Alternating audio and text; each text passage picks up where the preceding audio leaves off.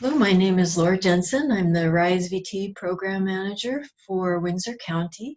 Thank you for joining us for the Rise and Walk Virtual Edition. I'm here with Dr. Scott Durgin, who's a medical doctor and who's board certified in lifestyle medicine and is the Director of Lifestyle Medicine at Springfield Medical Care Systems. Thank you, Dr. Durgin, for being with us today. I know you're a busy clinician. My pleasure.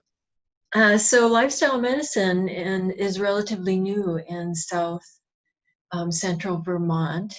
Can you talk to us about lifestyle medicine and how lifestyle medicine uses food to address health concerns? Sure, I'd love to. I guess I'll give a little bit of history just on lifestyle medicine and where it came from and what we're trying to do with it, and answer the question that way. The lifestyle medicine had its first physician boarding in 2017, so it's a relatively new field. And what we do is use evidence-based practice to address the vast majority of chronic disease, and the things we try to address chronic disease with are food, exercise, sleep, stress management, relationships. And so the same sort of science I used as an emergency medicine doc, we'd use to help reverse heart disease or treat or prevent heart disease. I think the incredible power of lifestyle medicine is that we can often prevent, treat, or reverse, and the reverse is a big deal, disease. And so I went through a pretty significant personal transformation as an emergency doc, and ended up finding lifestyle medicine through those transformations. And I'm very passionate about it today to try and bring that option to patients today. We in medicine have been very, very good at treating infectious disease and traumatic injury, and that's certainly what I learned a lot about in going through medical school. And then residency and medical practice. What we seem to be have an area for improvement is chronic disease. And we know that the vast majority of chronic disease, up to 80% plus, is directly related to those choices I mentioned: food, sleep, exercise, stress management, relationships, toxins like tobacco or alcohol, drug abuse. And we know that at least 80% of healthcare dollars are spent on chronic disease. So it is an incredibly important area that I think we need to spend more focus on. In terms of specifically how we might use nutrition, I naively thought as I got into lifestyle medicine that I would just need to tell someone the foods that are wonderful and that would help treat and reverse, prevent disease. I was wrong. The knowledge is a wonderful starting point, and certainly we help people identify foods that are creating damage and disease in the body, and those that help prevent and reverse disease in the body.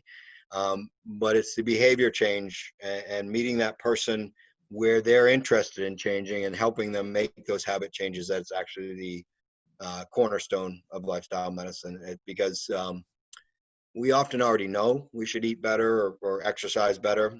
We often don't have quite the specifics on how to do that, but then how to incorporate that into a busy, stressful life with all sorts of factors. So we spend a great deal of time, much more than you traditionally spend with a physician or healthcare providers. We often spend upwards of half hour, an hour every week or two for several months, getting to know and helping a person actually do these habit changes. I think that's a fundamental change from how I practiced emergency medicine, where I might see someone once in my life, identify a problem, prescribe a medication or a procedure, and that would be it.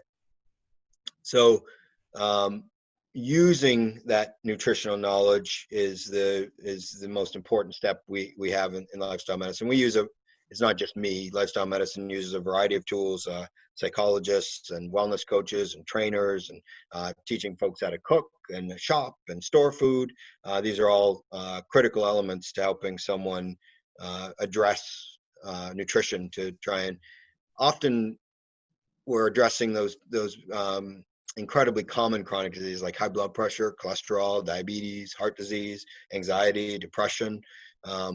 And nutrition is a cornerstone to the root cause of those diseases, and those diseases will not go away until we address the cause.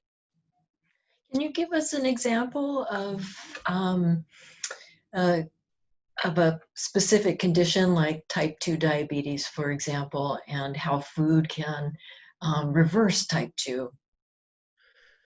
Sure. So diabetes is actually an issue with chronic insulin resistance. And so insulin is a compound in your body that kind of unlocks a doorway, so to speak, into your cells to allow glucose to enter, blood sugars to enter. As we develop insulin resistance, that doorway kind of gets sticky. It's harder and harder to open. And so our body continually produces more insulin. And as it does so, we actually develop even more resistance to that insulin. In addition, insulin doesn't just work on glucose, it also deposits fat in our fat cells. And what we're learning is that the wrong types of fats, particularly things like saturated fats, which are mainly found in animal products, tend to make that door very, very sticky. And it's not only the fat that we eat, but also the fat that we wear. So that insulin depositing more fat is a big deal. And so learning about those foods to not only keep insulin spikes down in the first place, but also foods that won't lead to this insulin resistance it's critical for reversing diabetes. Otherwise, we're only going to continue to develop more and more insulin resistance and thus need more and more insulin to make it work. Well, at some point, your body gets tired and it'll stop producing insulin.